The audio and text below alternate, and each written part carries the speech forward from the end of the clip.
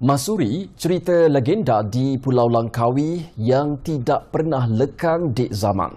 Namanya tidak hanya menarik pengunjung untuk lebih mendalami mitos berkaitan kematian serta sumpahan 7 keturunannya. Malah ia juga menjadi inspirasi buat para pengkarya dalam menghasilkan arca dasar laut di Pulau Pasir, Langkawi.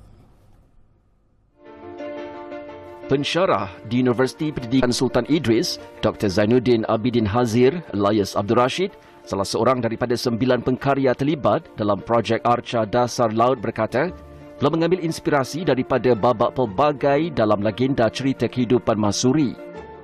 Masuri ni dia ada beberapa scene yang menarik yang saya lihat, iaitu yang pertama dia scene dia di mana dia diseret ke padang maksiat untuk dijatuhkan hukuman disebabkan difitnah oleh Wan Mahora, isteri kepada Wan Dahraman. So pada scene ni saya buat dua design. Yang pertama scene dia kena ikat di padang maksiat tu lah. Yang satu lagi scene dia kena cecok. Jadi tak sempat dapat masa tu sebulan. Jadi saya memilih yang inilah untuk dibuat sculpture. Dengan mengetengahkan cerita legenda atau sejarah tempatan, ia akan memberikan nilai tambah terhadap kawasan tersebut, sekaligus menarik lebih ramai pengunjung yang kemudiannya menimbulkan rasa ingin tahu mereka terhadap cerita rakyat di negara.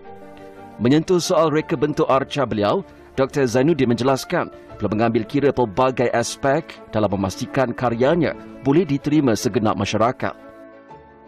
Jadi arca ni dia sebenarnya nampak macam figure, tapi dia bukan figure yang sebenar lah. Saya inspire kan daripada simbol saintifik.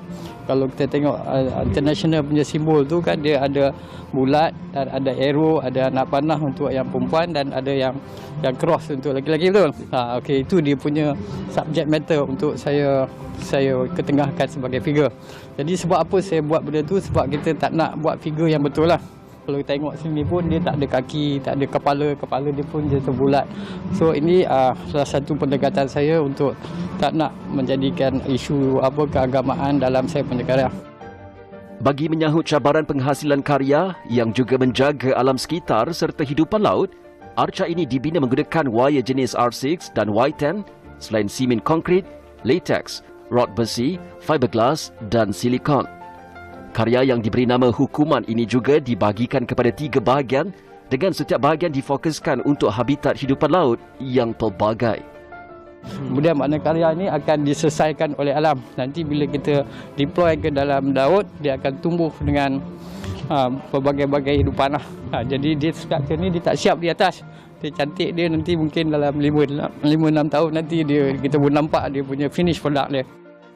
Selain Dr. Zainuddin, 8 lagi pengkarya turut terlibat dalam program Community Based Tourism Arca Dasar Laut di Pulau Langkawi dengan karya masing-masing yang dikenali sebagai Segitiga Langkawi, Curse of Passing, Mushrooms for Mushrooms to Let, Sang Kelembai Meletus, Pelanga Pecah, Tugu Anthropocene, Permata Hinggap dan Archelon.